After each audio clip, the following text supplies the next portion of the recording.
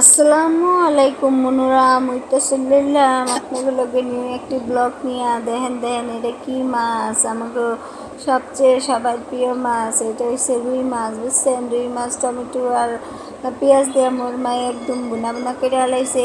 জব্বর স্বাদ এই বুনা বুনাটা। এটা গরম গরম ভাতের সাথে খাইলে বেশ মজা করে খেতে পারবেন। আর অতিথি আপ্যায়নতে জুড়ি নেই, বুঝছেন? তো এই যে দেখেন মোর মায়ে প্রথমে তেল দিয়ে দিল পরিমাণ মতো। আর সবাই কিন্তু সম্পূর্ণ ভিডিওটা দেখা তারপর সুন্দর মতো একটা গঠনমূলক কমেন্ট করবেন, বুঝছেন নি? একটুটুক ভিডিও দেখা কমেন্ট করেও দিবেন না, সম্পূর্ণ ভিডিওটা দেখবেন। তো এই যে দেখো মোর মায়ের মাছ ভাজা করে নিতেছে, এটার মধ্যে দিয়ে দিল হলুদ মরিচ ধনিয়ার গুঁড়ো আর লবণ দিয়ে মাখাইয়া মোর মায়ের একদম সুন্দর মতো তেলের মধ্যে ভেজে ভেজে নিতেছে। তো এই যে দেখো রুই মাছগুলো ভেজে রান্না করলে বুঝছো অনেক স্বাদ, অনেক মজাদার। তো এরকম সুন্দর করে রুই মাছ একদম ভেজে ভেজে নিবা। দেখো এই যে দেখো এক পাশে হয়ে যেতেছে আর এক পাশে উল্টে নিতেছে মোর মা। তো এরকম সুন্দর করে ভেজে নিবা, বুঝছেন মনুরা? তো এই যে দেখো রুই মাছ কিন্তু ভেজে না রান্না করলে একদম মজা লাগবে না, বুঝছেন? তো এরকম সুন্দর করে ভেজে ভেজে একদম সুন্দর ভেজে ভেজে নিবা। তো এই যে দেখো মোর মায়ে উল্টাই পাল্টাই দিতেছে। তো বেশি করকরে করে ভাজবা না, একটু কম কম করে ভাজবা। ভাজা হয়ে গেছে রুই মাছগুলো। তো মোর মায়ে এখন আর একটু তেল দিয়ে দিল পরিমাণ মতো।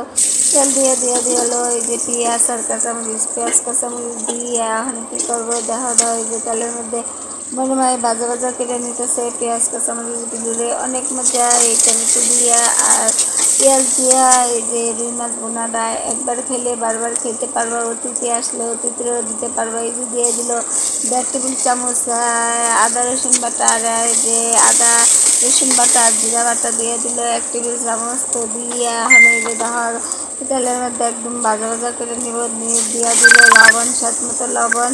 তো নামানোর আগে আবার লবণ দেখতে নামাইবা, বুঝতে মনুরা? তো এই যে দিয়ে দিল পানি, মশলা কষানোর জন্য অল্প পানি দিয়ে এখন মশলাটারে ভালো মতো করে কষিয়ে নিব। তো মশলাটা ভালো মতো করে কষিয়ে নিবা, বুঝছে নি মনুরা?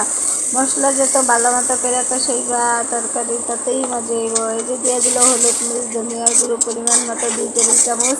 এনে তিনোটাই একসাথে মিক্স আছে, হলুদ মরিচ ধনিয়ার গুঁড়ো মোর মায়ের সুবিধার জন্য একসাথে মিক্স করে রাখে। তো এই যে দেখো এই যে মশলাটারে ভালো মতো করে কষাই নিব। মশলার মধ্যে যখন পানিগুলো একদম শুকাই যাইব তখনই বুঝবা যে মশলা কষানো একদম কমপ্লিট হয়ে গেছে, বুঝছো বন্ধুরা? তো মশলা সুন্দর মতো করে কষাই নিবা। এই যে দিয়ে দিল টমেটো কুচি পরিমাণ মতো, টমেটো কুচি দিয়ে দিল। টমেটো কুচি দিয়ে এখন এই যে দাও মশলার মধ্যে একদম ভালো মতো করে বোনা করে নেব, একদম ভালো মতো করে একদম কষাই নেব টমেটোটারে। তো এই যে দেওয়া হয় যে দেখতে দিয়েছিল মোর মা, এরকম সুন্দর মতো করে তোমরা ডাকতে দেবে। এই যে দাও টমেটোগুলোরে এই যে গোটায় একটু থাকলা বানাই নিবা, অবশ্যই থাকলা খায় অনেকে কয় গুঁড়া করে নিবা। তো এই যে তোমরা যে যেটা খাও। তো এই যে দেখো একদম সুন্দর মতো করে টমেটোগুলো একদম ভেঙে নিবা। তো ভেঙে নিয়ে এখানে রেডি করবো আমার মা একটু ভালো মতো করে মশলাটারে আর টমেটোটারে ভালো মতো করে কষাই নিয়ে উঠছা। যত মশলাটারে কষাইবা এই টমেটোর থেকে কিন্তু পানি হয়ে গেছে।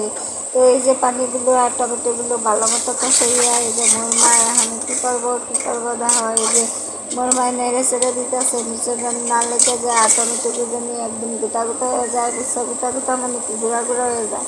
তো এই যে দেখা এই যে দিয়ে দিল পানি পরিমাণ মতো পানি ঝুল দিয়ে দিল।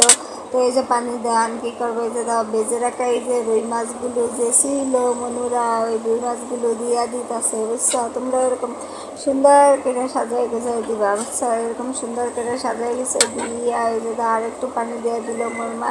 তো পানি দেওয়ার ঢাকনা দিয়ে একদম সুন্দর মতো করে ঢেকে দিবা।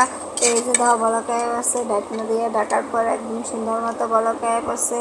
তো তরকারিটি প্রায় হয়ে আইতাছে, বুঝছো নি মনুরা? এই যে দিয়ে দিল জিরার গুঁড়ো 1 টেবিল চামচ। তো 1 টেবিল চামচ জিরার গুঁড়ো দিয়ে দিল, এটা হলো ফাঁকি করা জিরার গুঁড়ো। তো দিয়ে মোর মা একদম সুন্দর মতো করে নাড়িয়ে চেড়ে দিতেছে যেন ভালোভাবে সব পারফেক্ট ভাবে হয়ে যায়। তো আপনার